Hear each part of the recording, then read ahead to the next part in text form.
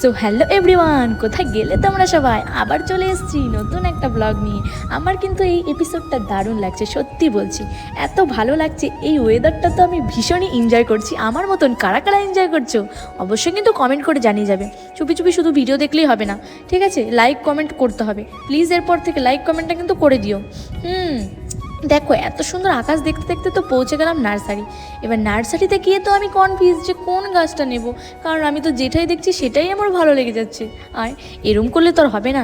এখানে আমাদের গাছ দেখা কমপ্লিট করে আমরা একটু দেখছিলাম টবগুলো তো এত সুন্দর সুন্দর কালেকশন, আমার তো যেটা দেখছি সেটাই পছন্দ হয়ে যাচ্ছে, কি বলবো বলো।